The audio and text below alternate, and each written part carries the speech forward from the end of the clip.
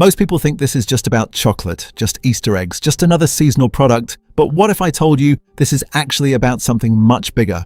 Something quietly happening inside global supply chains that could reshape entire economies. Because right now in the UK, something strange is happening.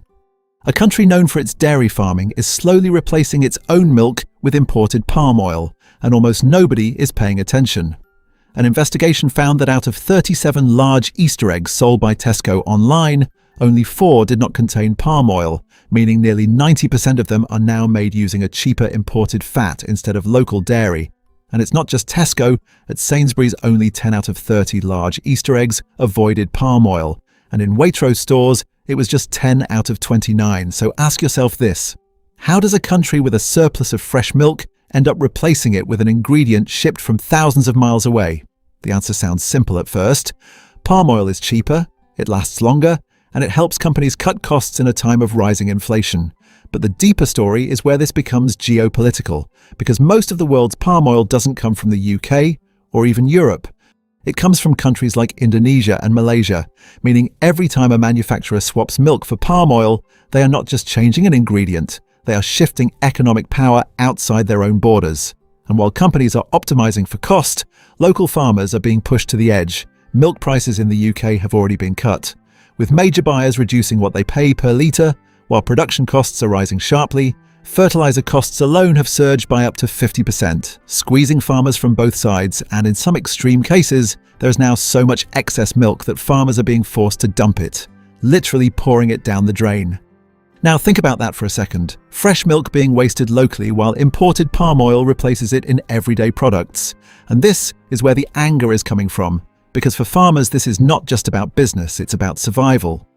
But zoom out and the story gets even bigger, because this isn't just happening in the UK. This is part of a wider global pattern where countries are slowly becoming dependent on international supply chains for even basic products. And history has shown that dependency comes with risk, because the moment supply gets disrupted, whether due to geopolitical tensions, trade restrictions, or environmental policies, prices spike and availability drops. So the real question is not why companies are using palm oil.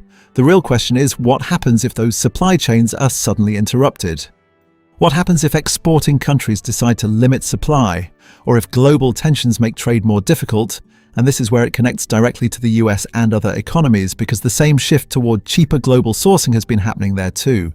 Industries quietly replaced by imports in the name of efficiency, until one day the dependency becomes impossible to ignore, and this is exactly how economic influence shifts. Over time, not through sudden events, but through small decisions repeated millions of times. And here's the contradiction that makes this story so powerful. On one side, companies argue they are keeping prices low for consumers.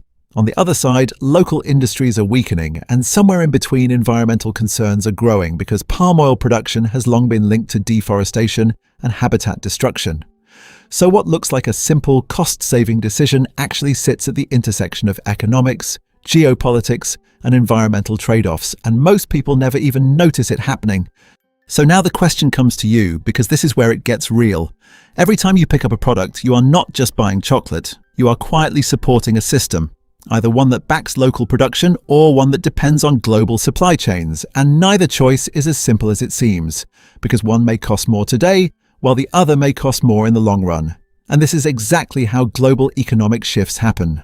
Slowly, quietly, and then all at once. So the next time you see an Easter egg, don't just think about what's inside it. Think about where it came from, who it supports, and what kind of future it's building. Because this isn't just about chocolate anymore. It's about how nations lose control of their own industries without even realizing it. So tell me in the comments, would you support local farmers even if it costs more? Or would you go with the cheaper global alternative? And more importantly, do you think most people even know this shift is happening right now? If you found this breakdown valuable, hit subscribe so you don't miss what's coming next. And if you want to support the channel, tap Super Thanks or join as a member. It truly helps keep this going.